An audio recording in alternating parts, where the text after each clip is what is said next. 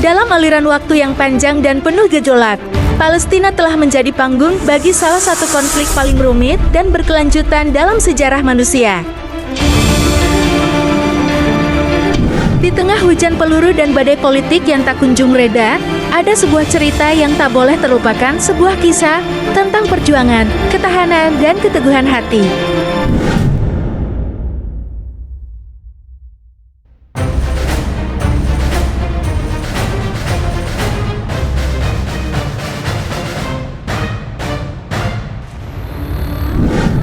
Palestina, sebuah nama yang memicu emosi dan kontroversi di seluruh dunia, adalah tempat yang syarat dengan sejarah. Dalam pencarian cahaya di tengah badai konflik, kita akan menggali akar-akar peradaban kuno, menelusuri jalan-jalan berbatu yang disusun oleh orang-orang yang hidup ribuan tahun lalu, dan memahami sejarah yang menjadi landasan bagi perjuangan yang tak pernah surut.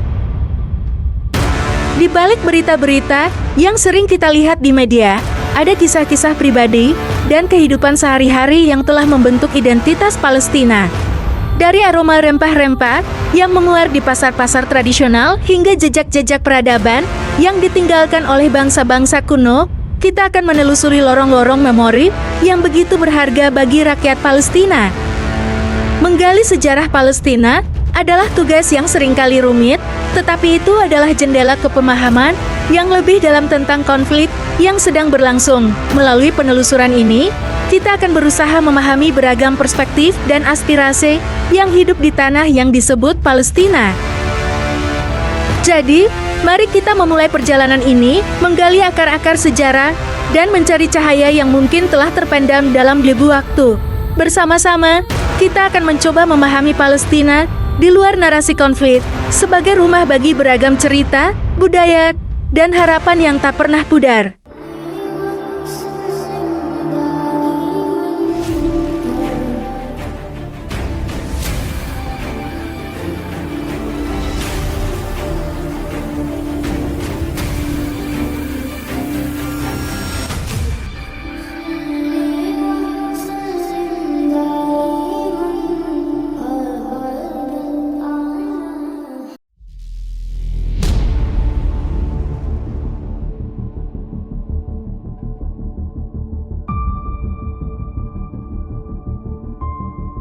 Palestina adalah nama untuk wilayah barat daya negeri Syam, yaitu wilayah yang terletak di bagian barat Asia dan bagian pantai timur Laut Tengah. Nama klasik wilayah Palestina adalah Kan'an, karena dalam sejarah tercatat bangsa yang pertama kali bermukim di Palestina adalah bangsa Kan'an yang datang dari Jazirah Arab sekitar 2500 tahun sebelum Masehi. Palestina dalam sejarah kuno disebutkan sebagai tanah Kan'an dalam laporan pemimpin tentara King Mari. Nama itu tertulis di Tugu Ademi, seorang raja Al-Hatal al-Atasyana, selama pertengahan abad ke-5 sebelum Kristus. Asal kata Palestina disebutkan dalam catatan Asiria selama masa Raja Asiria Adizari III sekitar 800 sebelum Masehi dari kata Filsta. Terdapat peninggalan purbakala yang mengindikasikan manusia sudah mendiami Palestina sejak zaman batu 500 sampai 14.000 sebelum Masehi, saat bangsa Kan'an datang dari Jazirah Arab. Sisa peninggalan purbakala tersebut berupa tulang belulang manusia yang ditemukan di dalam gua-gua di Palestina seperti Gua Al-Amir, Ait Al-Ahmar, Talwat, Kubara, dan di pegunungan Negev. Bangsa Kan'an membangun kurang lebih 200 kota dan desa di Palestina seperti Pisan, Al-Qolan, Akka, Haifa, Biru Al-Shabat, dan Bethlehem. Al-Qadiri menyatakan kota besar Kan'an saat itu adalah Shechem dan diikuti wilayah yang masih bisa ditemui sekarang adalah Asdod, Akcol Gaza, Al-Majan, Jaga, Askelan, Ariha, Jericho, dan Bisan. Sejarah Palestina tidak terlepas dari sejarah para nabi. Secara singkat, kedatangan nabi di Palestina diawali kedatangan Nabi Ibrahim sekitar tahun 1900 sebelum Masehi, yang pada saat itu kekuasaan Palestina Al-Quds dipegang oleh Melkisedek. Kemudian Nabi Yakub yang mempunyai anak sebanyak 12 orang. Keturunan Nabi Yakub kemudian dinamakan sebagai Bani Israel, dan Israel adalah julukan bagi Nabi Yakub alaihi salam. Kekejaman Firaun ketika itu memaksa Bani Israel keluar dari Palestina dan mendiami wilayah Mesir. Nabi Musa pada abad ke-13 sebelum Masehi datang untuk menyelamatkan Bani Israel dari kekejaman Fir'aun. Tetapi Nabi Musa berpulang sebelum membawa kembali Bani Israel ke wilayah Palestina. Sepeninggalan Nabi Musa, Bani Israel dipimpin oleh Nabi Yusya bin Nun alaihi salam 1190 sebelum Masehi, yang kemudian membawa Bani Israel menguasai daerah bagian timur Palestina. Tercatat Nabi Daud alaihi salam juga pernah memerintah di wilayah Palestina setelah menghancurkan Raja Talut. Kepemimpinan Nabi Daud kemudian dilanjutkan oleh Nabi Sulaiman alaihi salam tahun 963 sampai tahun 923 sebelum Masehi. Saat kepemimpinan Sulaiman alaihi salam, Palestina berada pada kondisi tertinggi dalam segala aspek kehidupan. Namun setelah Nabi Sulaiman alaihi salam wafat, kondisi negara terpecah menjadi dua. Muncul dua negara yang saling bermusuhan, yaitu Kerajaan Israel dan Kerajaan Yahuda. Kerajaan Israel tidak bertahan lama dibandingkan Kerajaan Yahuda yang terus berlanjut sampai 586 sebelum Masehi dengan ibu kota Al-Quds.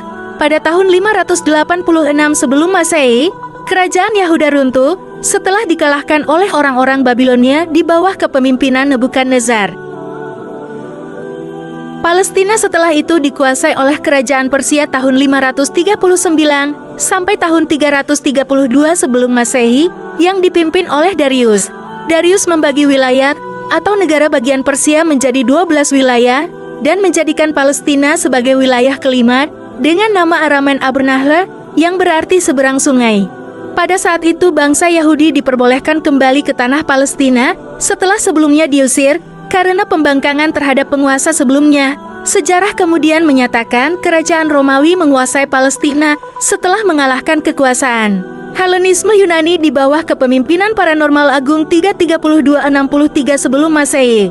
Saleh menyatakan bahwa bangsa Romawi Bizantium menguasai Palestina pada tahun 63 sebelum Masehi dalam bentuk otonomi kekuasaan, dan barulah pada 6 Masehi pemerintahan diambil alih langsung oleh Romawi.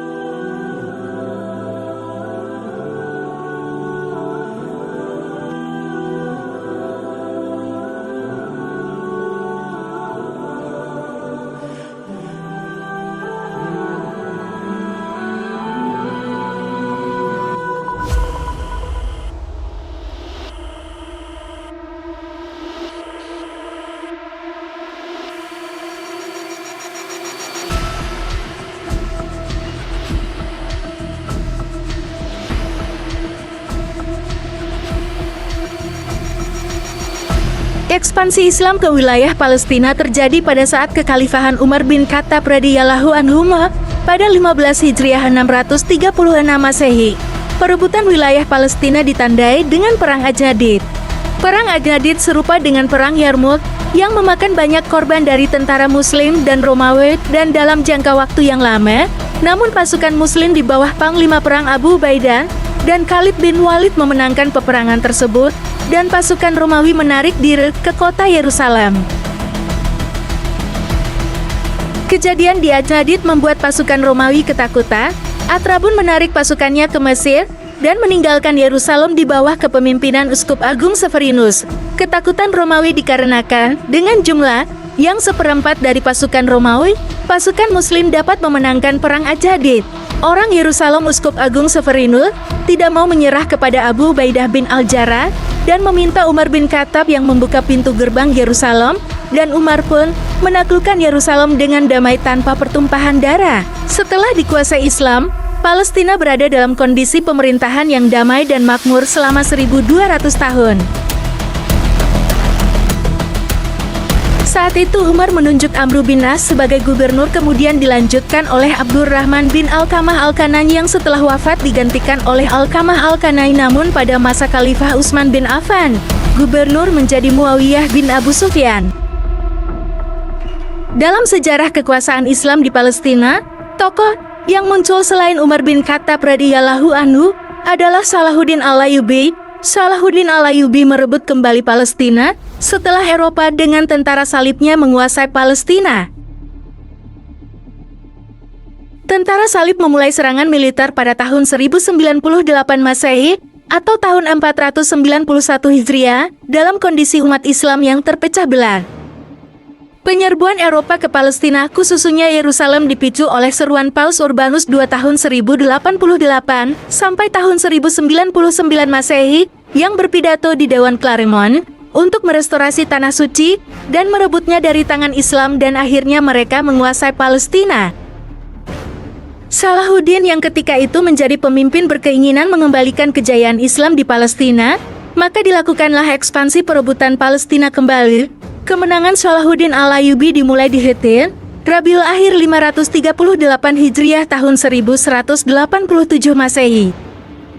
Perebutan kekuasaan itu kemudian berlanjut ke kota-kota lainnya seperti Akkad, Nasir, Safuriyah, Kaisariah, Haifa, Nablus, Janyen, Sa'ila, Hebron, Ramalan, Bethlehem, dan lainnya.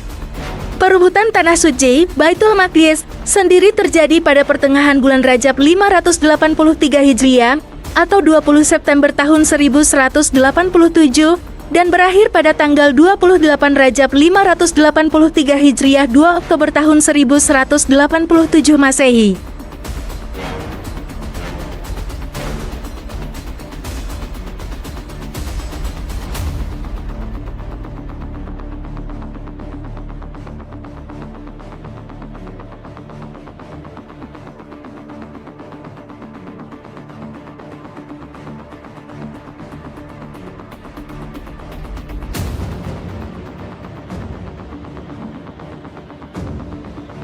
Setelah jatuhnya Khilafah Utsmaniyah, Palestina menjadi jajahan Inggris.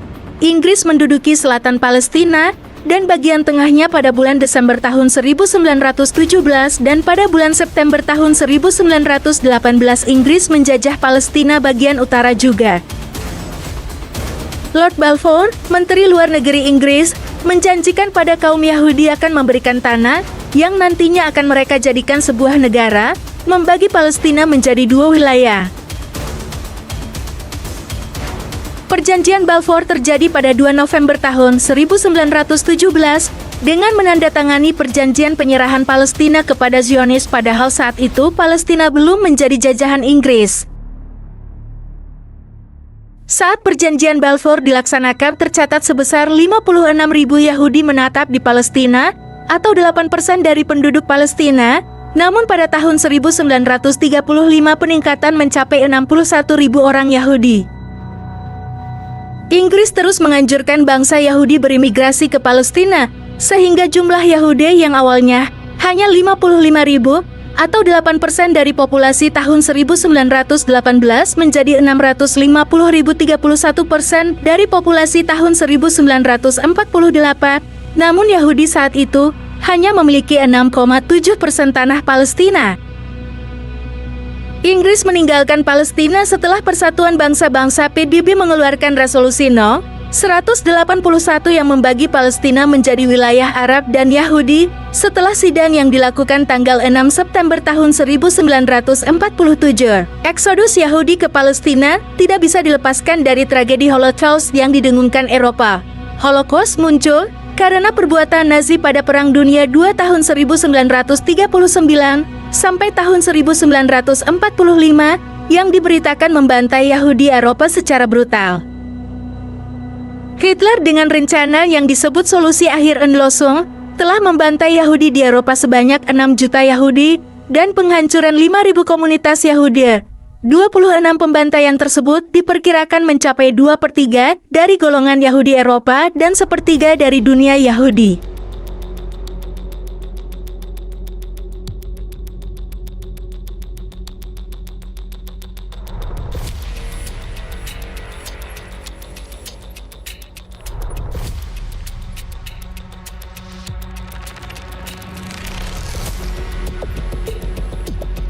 Zionis berasal dari kata Yahudi Zion yang artinya gunung, yang terletak di barat daya Yerusalem. Gerakan ini dibangun oleh Theodor Herzl. Ia lahir pada Rabu, 2 Mei tahun 1860 di Budapest.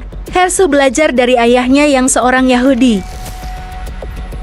Saat itu kondisi bangsa Yahudi terpecah. Setelah terlempar dari lingkaran kekuasaannya, Herzl membuat doktrin yang kuat melalui tulisannya yang berjudul Judenstaat. Pada awal penanaman ideologi Zionisme, tidak sedikit yang menolak Herzl, namun ada juga yang merespon keantusiasannya terhadap pengembalian bangsa Yahudi. Tokoh berpengaruh yang merespon ide Herzl seperti Duke of Baden, Pendeta Heschler, Pendeta Kalangan Atas di Vienna, Richard Berhoffman, dan Max Nordau. Herzl menyatakan langkah awalnya dengan 3 konsep awal. 1. Membangun wadah dari komunitas Yahudi dan konsentrasi tentang tanah yang dijanjikan. 2. Membangun kerja diplomatik dengan Khalifah Utsmani yang saat itu menguasai Palestina dan Istanbul. Dan 3. Menciptakan media yang berpengaruh untuk membangun opini demi kepentingan Yahudi. Setelah itu, Jewish Colonial Trust terbentuk yang digunakan untuk menggalang dana dari seluruh Yahudi di dunia. Lembaga tersebut saat itu dikabarkan memiliki uang melebihi Jerman dan sanggup membeli apapun dalam jumlah yang besar. Sultan Hamid II saat kekhalifahan Utsmani mengalami hutang yang besar pernah dilobi oleh Herzl untuk menyerahkan Palestina dengan imbalan uang, namun ia menolak. Meskipun pada akhirnya Zionis berhasil meruntuhkan kekhalifahan Islam tersebut dengan cara lain. Sebagai kita mencapai akhir perjalanan ini, kita telah melihat Palestina dari berbagai sudut pandang yang berbeda. Kita telah menyusuri jejak-jejak peradaban kuno yang menyulut keajaiban di tengah gurun pasir. Kita telah mendengar suara-suara perjuangan dan ketahanan yang menggema dalam sejarah modern Palestina. Kita telah merenungkan perbedaan pandangan, asa, dan mimpi yang menghuni tanah ini. Konflik yang merenggut banyak nyawa dan menciptakan luka yang mendalam masih berlanjut dan berbagai tantangan terus ada. Namun, kita tidak boleh melupakan bahwa Palestina juga adalah tempat di mana budaya dan sejarah berkumpul dalam harmoni yang indah. Ini adalah rumah bagi manusia yang mempertahankan identitas mereka dengan gagah berani dan terus-menerus mencari cahaya di tengah badai konflik. Mungkin saja di masa depan ada harapan untuk perdamaian dan kesejahteraan yang akan menyinari tanah ini. Meskipun jalan menuju perdamaian adalah tugas yang sangat berat, tidak ada keraguan bahwa sejarah Palestina mengajarkan kita tentang ketahanan dan tekad yang tak tergoyahkan. Sejarah Palestina bukanlah cerita yang berakhir di sini. Ini adalah sebuah narasi yang terus berlanjut dan setiap orang Palestina, baik yang tinggal di tanah air atau yang tersebar di seluruh dunia, adalah bagian dari cerita ini. Semoga kita, sebagai penulis dan pembaca, terus memahami dan menghargai keragaman budaya dan sejarah yang membangun fondasi Palestina yang kuat. Kita berharap bahwa dengan lebih banyak pemahaman dan rasa empati, kita dapat berkontribusi pada pencarian cahaya di tengah badai konflik ini. Dan dengan itu, mungkin suatu hari nanti, Palestina akan menemukan perdamaian yang begitu diidamkan oleh semua pihak. Terima kasih telah ikut serta dalam perjalanan ini dan semoga kita semua dapat meresapi pelajaran berharga dari sejarah Palestina. Dan bahwa sesungguhnya kemerdekaan adalah hak segala bangsa. Kemerdekaan adalah kondisi di mana suatu negara atau entitas memiliki otonomi dan hak untuk mengatur dirinya sendiri tanpa campur tangan dari pihak asing atau otoritas eksternal. Ini berarti bahwa negara atau wilayah yang merdeka memiliki kontrol atas urusan dalam negeri, termasuk politik, ekonomi. Kemerdekaan seringkali terkait dengan perjuangan dan upaya untuk mencapainya. Banyak negara mencapai kemerdekaan mereka melalui perjuangan, revolusi, atau perang kemerdekaan dari penjajahan atau dominasi oleh negara asing. Kemerdekaan adalah nilai yang sangat penting dalam politik dan sejarah karena mewakili hak dasar individu dan kolektif untuk menentukan nasib sendiri. Kemerdekaan juga dapat merujuk pada kebebasan individu seperti kebebasan berbicara, beragama, berserikat, dan melakukan banyak tindakan lain tanpa campur tangan dari pihak pemerintah atau pihak lain yang mencoba membatasi hak-hak tersebut. Kemerdekaan adalah prinsip fundamental dalam banyak konstitusi dan deklarasi hak asasi manusia di seluruh dunia dan menjadi dasar bagi pembentukan dan berfungsinya negara-negara demokratis. Sahabat langit, itulah uraian sejarah Palestina yang bisa kami uraikan. Semoga isu kemerdekaan Palestina merujuk pada upaya untuk mendirikan negara Palestina yang merdeka dan berdaulat di wilayah Palestina yang saat ini dikuasai oleh Israel dan beberapa wilayah yang ditempati oleh penduduk Palestina. Isu kemerdekaan Palestina tetap menjadi salah satu masalah yang sangat penting dalam politik internasional dan konflik di Timur Tengah. Upaya terus dilakukan oleh berbagai pihak untuk mencapai perdamaian yang berkelanjutan dan resolusi yang memadai untuk isu ini. Sampai jumpa lagi di video sejarah dunia lainnya.